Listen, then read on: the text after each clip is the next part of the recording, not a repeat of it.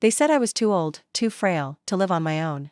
My son, Mark, and his wife, Sarah, would visit every week, their faces etched with a concern that felt more like a judgment. "Mom, it's just not safe anymore," Mark would say, his hand resting on my shoulder, a gesture that was supposed to be comforting but felt heavy. "What if you fall? What if you forget to turn off the stove?" Sarah would add, her voice dripping with feigned sweetness. They painted a picture of a helpless old woman, a danger to herself, and their solution was simple: I should move in with them. At first, I resisted. I loved my home. Every corner held a memory of my late husband, of raising Mark, of a life I had built with my own 2 hands. But they were persistent. The daily phone calls turned into twice-daily check-ins. They'd show up unannounced, just to make sure you're okay. The constant worry, the subtle pressure, it was like a slow-acting poison, and eventually, I started to believe them. Maybe they were right. Maybe I was becoming a burden. So, I agreed. The decision felt like a surrender. They celebrated it as a victory. "It's for the best, Mom," Mark said, hugging me tightly. "We'll take such good care of you." The move was a whirlwind. They packed my life into boxes, deciding what was essential and what was sentimental clutter. My favorite armchair? Too bulky. My collection of porcelain birds? Too fragile. I watched as pieces of my identity were relegated to the attic or a donation pile. Living with them was different. My small room at the back of their house felt more like a guest suite than a home. The first few weeks were a blur of adjustment. They were kind, in their own way. Sarah would make my meals, and Mark would set up my favorite shows on the television. But a strange shift began to happen. It started with the mail. "Oh, Mom, let me get that for you," Sarah would say, taking the bills from my hand. "It's just easier if I handle the online payments." Then it was my bank card. "You shouldn't have to worry about running to the bank, Mom. Just tell me what you need, and I'll get it for you." It seemed logical. They were busy, they were tech-savvy, and I was, as they constantly reminded me, getting older. I handed over control, piece by piece, believing it was an act of love, of them taking a weight off my shoulders. I trusted them. He was my son, after all. The illusion of care started to fray at the edges. One afternoon, I needed a new pair of reading glasses. I mentioned it to Sarah. "Oh, of course, Mom. I'll order them online," she said, but days turned into a week, and the glasses never came. When I asked again, she sighed, "I've just been so swamped." "I'll get to it." Small things, easily forgotten, but they added up. My requests for my favorite tea, for a new book, were met with promises that were rarely kept. My world shrank to the 4 walls of my room and the small patch of garden I could see from my window. I felt less like a mother and more like a dependent, a problem they had to manage. Loneliness was a constant companion. I tried to join them for dinner one evening, hoping for a real conversation. They were on their phones, scrolling, barely looking up. My attempt at sharing a story from my past was met with a polite but distracted, "That's nice, Mom."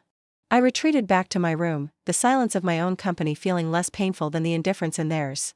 The real alarm bell rang on a Tuesday. I received a paper bank statement in the mail by mistake. It was usually all online. Curiosity got the better of me.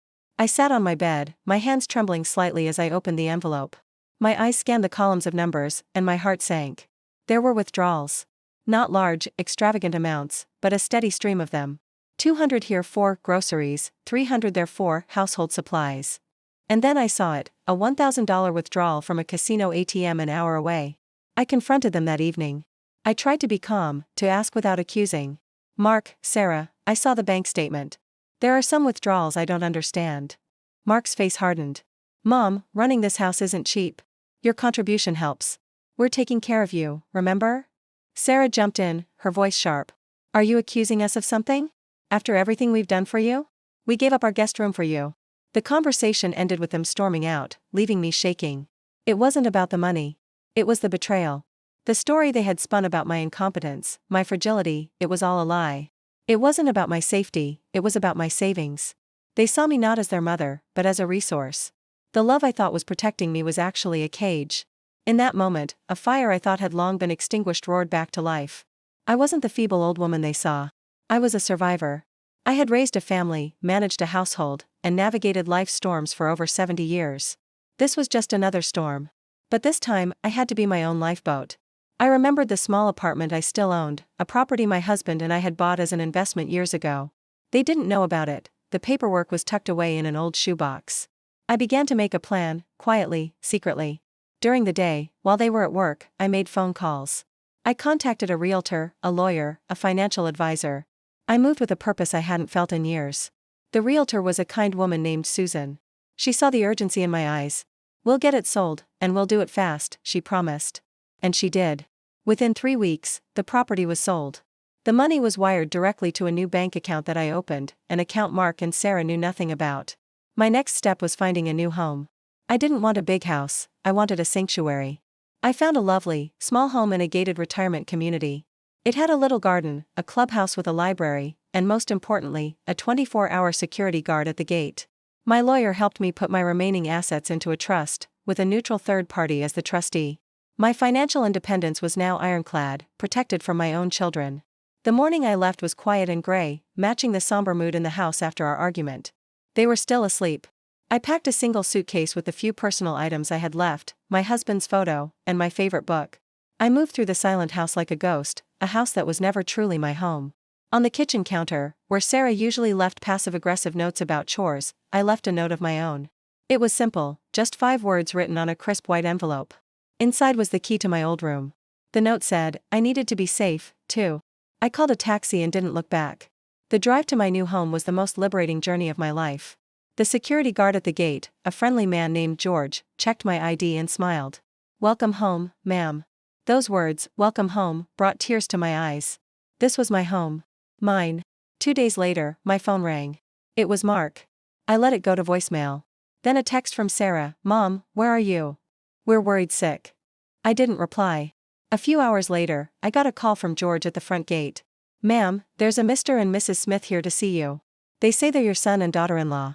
They seem quite agitated." I took a deep breath, looking out at my small, sun-drenched garden. "George," I said, my voice steady and clear. "My name is on the list of approved residents. Are their names on my approved visitor list?" There was a pause. "No, ma'am, they are not." I smiled, a real, genuine smile. "Then they can't come in." "Thank you, George." I hung up the phone and took a sip of my favorite tea. I had bought it myself yesterday. For the first time in a long time, I felt truly, completely safe. They said I couldn't live alone, but I wasn't alone. I had myself. And that was more than enough. Thank you for watching. If this story resonated with you, please like, subscribe, and share. You never know who might need to hear that it's never too late to reclaim your life.